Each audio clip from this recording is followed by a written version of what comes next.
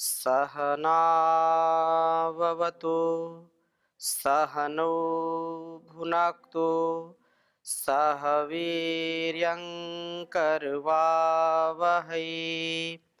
तेजस्विनावधीतमस्तु मा विद्विषावहै। ओम शांति शांति शांति। वैराग्य शतकम के इस स्वाध्याय में आप सभी का हार्दिक स्वागत है, अभिनंदन है। भर्तृहरि हरि का जो ये कालजयी ग्रंथ है, उस ग्रंथ का हम स्वाध्याय कर रहे हैं और एक एक श्लोक में जो एक वैराग्य की स्थिति है, समाज की क्या स्थिति है और एक योगी व्यक्ति का क्या जीवन होना चाहिए, विराग से युक्त होना चाहिए, उसके विषय में हमको पग पग में एक दृष्टि दे रहे हैं। राजवंशों में या समाज के जो ढांचे में कैसा व्यक्तित्व होता है और स्वार्थ से जो एक जाल बुना होता है, उसमें सब फंस जाते हैं। व्यक्ति को जो कम से कम आत्म उद्धार के लिए, जीवन के सुधार के लिए जो कार्य करता है, उसका व्यक्तित्व कैसा होना चाहिए, तो उसमें हमको नए नए श्लोक यहाँ पर मिल रहे हैं और बहुत ही सुंदर यह श्लोक है। छंद पुष्पिताग्र, जिसमें एक जो वैरागी व्यक्ति है, सन्यासी व्यक्ति है, जो संसार से उदासीन है, पुत्रैषणा, वित्तैषणा, लोकैषणा से जिसको कोई राग नहीं है, उन इच्छाओं से वो ऊपर उठ गया है, तो उसका भाव यहाँ पर बताया है। कहा है, ना नटा ना विटा न गायका न चा सभ्येतरवाद चुंचवः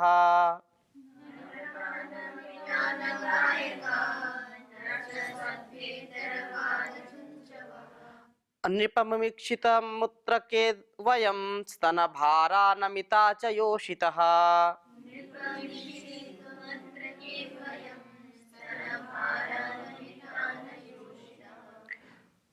बहुत सुंदर बात कही कि हम लोग ना तो नट हैं और ना विदूषक हैं, ना गायक हैं और ना सभा में वाद विवाद करने वाले हैं, और ना, क्योंकि जो लोक में प्रसिद्धि का भाव होता है, तो ऐसे संसार के व्यवहार में जो है नट का कार्य करते हैं, नट और नटी जो अभिनय करते हैं, और जो कोई जो है किसी जो है नाटककार कोई होते हैं, तो वो राजा से मित्रता चाहते हैं कि हमारी मित्रता हो जाए तो हमारा मान सम्मान बढ़ेगा, हमारा जो हम कार्यक्रम प्रस्तुत करेंगे उस प्रसिद्धि को प्राप्त होगा। कोई स्त्री है तो स्त्री भी चाहेगी कि, या चाहते हैं स्त्री हो या पुरुष हो, कि राज पुरुषों से मैत्री कौन नहीं चाहता, राजा हो मंत्री हो, सब चाहते हैं कि हमारी मित्रता हो, हमारी मित्रता होगी तो हमारा चारों ओर नाम होगा, ये सब चाहते हैं। तो यहाँ पर इस बात को कहा कि ना तो हम कोई गायक है, ना कोई नट है, ना कोई नटी है, ना कोई स्त्री है, ना कोई जो अन्य जो संसार के जो लोग कामना से युक्त हैं, जो संसार में या ये कहें कि लोक में जो छाना चाहते हैं, प्रसिद्धि जो चाहते हैं, वो हम चाहते नहीं। तो हमको उनकी जो है पराधीनता हमको थोड़ी स्वीकार करनी है। हम तो स्वाधीन, हम तो खुद राजा जैसे ही हैं, हमको इन राजाओं के चक्र में नहीं पड़ना। अर्थात जो लोक का विषय है, लोक का जो व्यवहार है, उस व्यवहार में जो लोग चाहते हैं कि नहीं हमारा मान सम्मान हो, हमारा जो है लोग हमसे जो है प्रणाम हमको करें, तो हमको तो चाहिए नहीं। इसलिए हमको तो वैराग्य के रास्ते पर जाना है, तो हम उनकी पराधीनता को, उनके जो है नखरे हम क्यों सहन करें? ठीक है ना?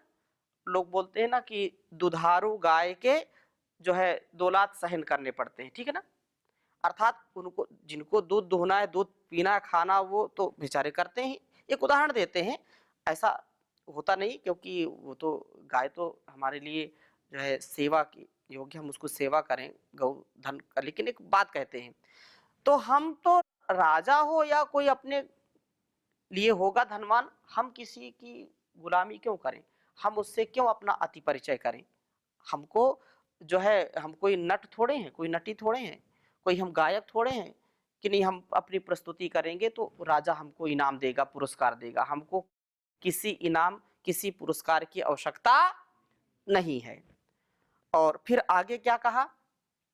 हरणी छंद में कहा, विपुल हृदयैरेत जगज्जनितं पुरा।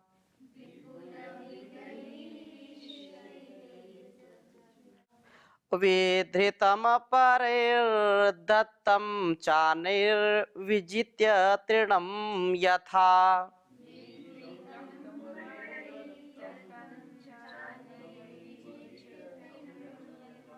इह हि भुवनान्यधीरश्चतुर्दश भुञ्जते।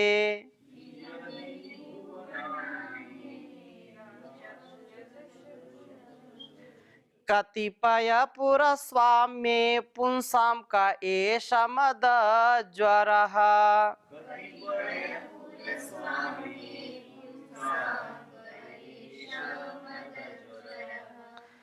कहा कि प्राचीन काल में विपुल हृदयी, उदार हृदय वाले ईशई ही राजाओं के द्वारा एतत्, इस जगत अर्थात ये जो पृथ्वी है, पृथ्वी पर साम्राज्य जनितम, जो पुराने राजा महाराजा थे, उन्होंने इस पृथ्वी पर राज्य स्थापित किया, उनका राज्य हुआ। अपरई ही अन्य राजाओं ने विधृतम, इसका प्रतिपालन किया, अर्थात वो उन्होंने राज्य स्थापित किया, कुछ ने राज्य किया, एक तो स्थापना किया और फिर वो नहीं रहे तो दूसरे ने उसको संभाला, संभालते ही हैं, है ना? तो अपरई ही, एक ने स्थापित किया, दूसरे ने उसको संभाला और उसका प्रतिपालन किया। अन्य ही कुछ अन्य राजाओं ने विजित्य, इसे जीत करके, तृणम यथा, जो है जैसे तृण होता है ना, तिनका, उसको जो है यथा तिनके के समान दत्तम, दूसरों को दे दिया। जैसे राजा खुश हो जाए, प्रसन्न हो जाए तो पूरा जो है राज दे देते थे, 100 गांव पुरस्कार में दे देते थे। मैं प्रसन्न हो गया, क्या मांगते हो, क्या तुम्हारी इच्छा है बताओ? वो दिया 100 गांव हमको दान में दे दो, दे दिया पुरस्कार में। बात पर प्रसन्न हो जाए बस। राजा महाराजा तो ऐसे होते थे, क्या चाहिए जो मांगे वो दे दिया, आधा राज्य दे दिया, क्योंकि राज उस समय इतना वो था नहीं और लोग जो है संसाधन जुटा नहीं पाते थे, तो ठीक है ले लो। बात ही हाथी पाइए, बात ही हाथी पाऊं, वो बात में खुश हो जाते थे तो हाथी दान में देते थे, 100 हाथी दे दिया, 1000 घोड़े दे दिया, गाय जो है गाय दान में दे दी, पुरस्कार में दे दी। लेकिन अगर अप्रसन्न हो जाए तो जिस हाथी को पुरस्कार में देने वाले थे, उसी हाथी के पैर के नीचे उसको कुचला देते थे, मृत्युदंड दे देते थे। ये भी बात थी। तो यहाँ कहा कि कई ऐसे राजा होते थे कि अपने राज्य को या जो है राज्य के अधीन जो है उसको ऐसे तृण घास के समान, एक तिनके के समान, जाओ दे दिया, मौज करो, उसको दे देते थे। और यह ही इस काल में भी अन्य कुछ अन्य धीराः, पराक्रमी लोग हैं जो चतुर्दश भुवनानि, 14 लोकों का भुंजते पालन करने में समर्थ हैं। तो फिर कतिपय पुरः स्वाम्य, कुछ ग्रामों या नगरों पर अधिकार पाकर ही पुंसाम व्यक्ति में ऐसा मदद ज्वरहा मदान्धता क्यों आ जाती है। मतलब जैसे राजा बलि की जो कथा है, राजा बलि जो तीनों लोकों में राज्य करते थे और उन्होंने उसको एक वचन में बंध करके तीनों लोक दे दिया और फिर भी मस्त रहे, प्रसन्न रहे, कोई अहंकार नहीं हुआ। ठीक है ना। राजा हरिश्चंद्र को देखें तो राजा हरिश्चंद्र ने पूरा राज्य दे दिया और जो है वो खुद एक साधारण व्यक्ति बन करके शमशान में चांडाल का काम करते थे। उनकी पत्नी जो महारानी थी वो किसी घर में जाकर के बर्तन मांजती थी। ये कितने राजा ऐसे हुए जो निरहंकारी होकर के अपने जीवन को जिया और पूरे जो है पवित्रता के साथ जिया। लेकिन कुछ लोग ऐसे हो जाते हैं कि थोड़े से कुछ भवन पा गए, कुछ जो है गांव, कुछ नगर, कुछ शहर में अधिकारी बन गए तो उनको पता नहीं क्यों अहंकार हो जाता है, क्यों गर्व हो जाता है। अधिकार पा करके ये मतवाला क्यों हो जाता है व्यक्ति या कोई ऐसा राजा। एक चर्चा चल रही है कि कोई तो ऐसा है कि पूरे पृथ्वी का भी साम्राज्य उसको मिल जाए तो भी वो कभी भी जो है अहंकार से युक्त नहीं होता था, और कोई ऐसा है कि थोड़ा सा कुछ मिला तो उसको जो है अहंकार आ जाता है ना। तो ये जो है क्यों होता है, तो आगे कहा अभुक्तायां यस्यां क्षणमपि न जातं नृपशतैर्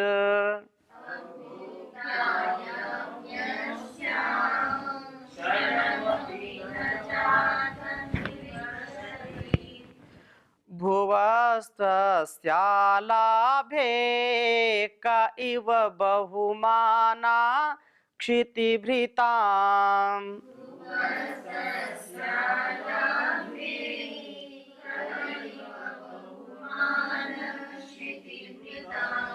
तदंस्यास्याप्यंसे तदवयवलेशेऽपि पतयो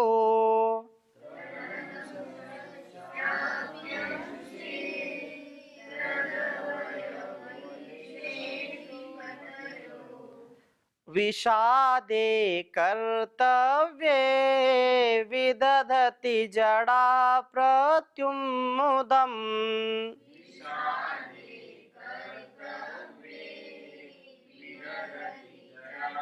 प्रत्युतमुदम् अभुक्तायाम यस्याम क्षणमपि न जातम निपशतैर भुवस्तस्या लाभे का इव बहुमाना क्षितिभृताम।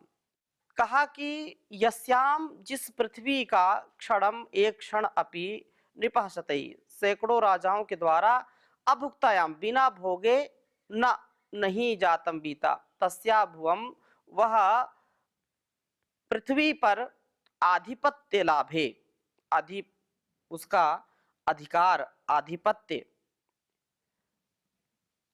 प्राप्त करके क्षितिभृताम राजाओं को कहा इव ऐसा क्या बहुमाना उत्कर्ष मिल जाता है तत् अंश से इसके एक अंश के अपि अंशे अंश तत् अवयव लेशे अपि उसके भी एक अति क्षुद्र अंश को पाकर के विषादे शोक कर्तव्य करना उचित था, परंतु जड़ाह जो मंद बुद्धि पतयः राजा लोग प्रत्युत बल्कि इसके विपरीत मुदम आनंद ही विदधति मानते हैं।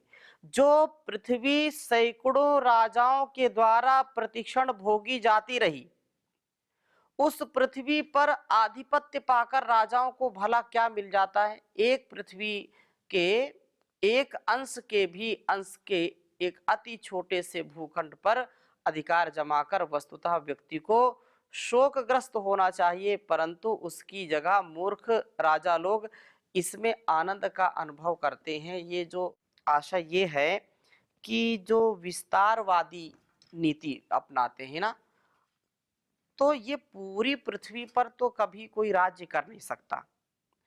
पृथ्वी में 70% जल है, 70% क्या है? जल है। 30% स्थल है। 30% है ना। 30% में भी कितने प्रतिशत जंगल होगा, जहां पर जाना भी बड़ा दूभर है, कोई जा नहीं सकता, है कि नहीं? कहीं पहाड़ है, कहीं कुछ कहीं कुछ। तो वो जो 70% में भी यदि हम बात करें तो हो सकता है कि 2, 4, 5% कोई राजा किसी भूमि पर राज्य कर रहा हो, इतना ही होगा। और पूरी पृथ्वी वो ऐसे ही है। इस पृथ्वी में थोड़ा सा ही भूभाग पा करके इतना अहंकार क्यों हो जाता है? उसको तो शौक होना चाहिए कि और भी तो पृथ्वी में मैं राज्य कर सकता हूं। लेकिन फिर भी जो अहंकार होता है वो अविवेक, वो जो है अल्पज्यता, या ये कहें कि उसका जो जीवन है उसमें पता नहीं क्या जो है एक अहंकार की स्थिति आती है और वो दूसरों को नीचा समझता है, दूसरों को वो बिल्कुल मूर्ख समझता है। ये नहीं होना चाहिए, क्योंकि वो संपूर्ण पृथ्वी पर कितने राजाओं ने राज्य किया है, राज्य करके वो इसका सुख पाए हैं। और अभी भी कितने लोग, कितने राजा हैं, कोई एक, पहले कितने लोग हुए हैं जो पूरी पृथ्वी पर जिनका एक छत्र राज्य था, ये तो इतिहास पढ़ेंगे तो लोग बताते हैं। लेकिन एक ये सत्य है कि सदा कोई पूरी पृथ्वी पर राज्य नहीं कर सकता है, नहीं कर सका है, नहीं कर सकता। अब इतिहास में कितना है वो तो क्या कहा जाए, जैसे अब भारतवर्ष का डंका तो पूरी दुनिया में बजता है, इसके ज्ञान का, इसके त्याग का, इसकी जो है जो विभूतियां हैं उनके द्वारा तो भारतवर्ष पूरी दुनिया का जो है सिरमौर है। लेकिन अब यदि कोई इस समय बोले कि नहीं भारतवर्ष पूरे पृथ्वी पर राज्य कर रहा है, तो कर रहा है क्या? नहीं कर रहा ना। कोई अंश में कर सकता है कि भारतवर्ष का योग, आयुर्वेद, यहाँ का अध्यात्म पूरी दुनिया में सबसे उत्तम है, सबको दिशा देता है, दृष्टि देता है, इतनी बात तो कहना ठीक है। लेकिन जब राज्य की बात आ जाए तो वो पूरा वो नहीं कर सकते ना। और क्योंकि वो तो 30% तो जल है, उसे पूरी पृथ्वी में कैसे कोई कर सकता है? नहीं कर सकता ना, ये बात है। और आगे कहा, मृत पिंडो जल रेखया वलयितः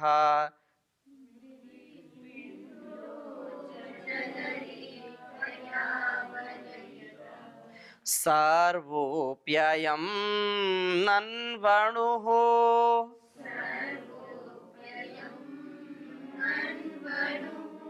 स्वांसीकृत्य तमेव संगर्षते।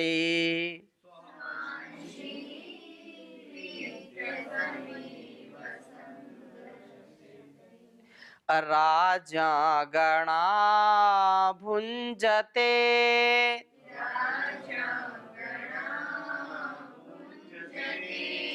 ते दद्युर्ददतोऽथवा किम परम्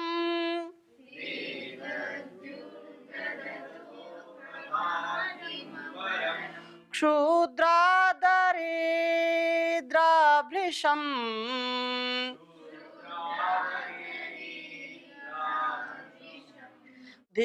दिग्धिन्तान् पुरुषान्धमान्धकणान् वाञ्छन्ति तेभ्योऽपि ये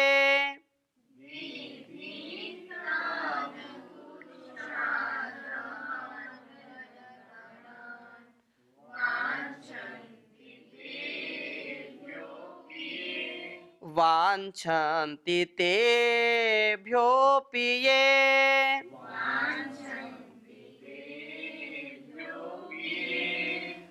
कहा कि धिक धिक तान पुरुषाम, जो पुरुष अधम हैं, पुरुष अधमान, कणान वांछन्ति तेभ्यो ये, जो जल रेखया वलयितः अयम सर्वः मृतपिंडः अपि ननु अणुः तम एव सगरम सतई स्व अंशीकृत्य राज्याम गणाः भुंजते भृशम क्षुद्राः दरिद्राः दद्युः अथवा ददतः अपरम किम तेभ्यः अपि ये धन कणान वांछन्ति तान पुरुष अधमान धिक धिक उनको धिक्कार है।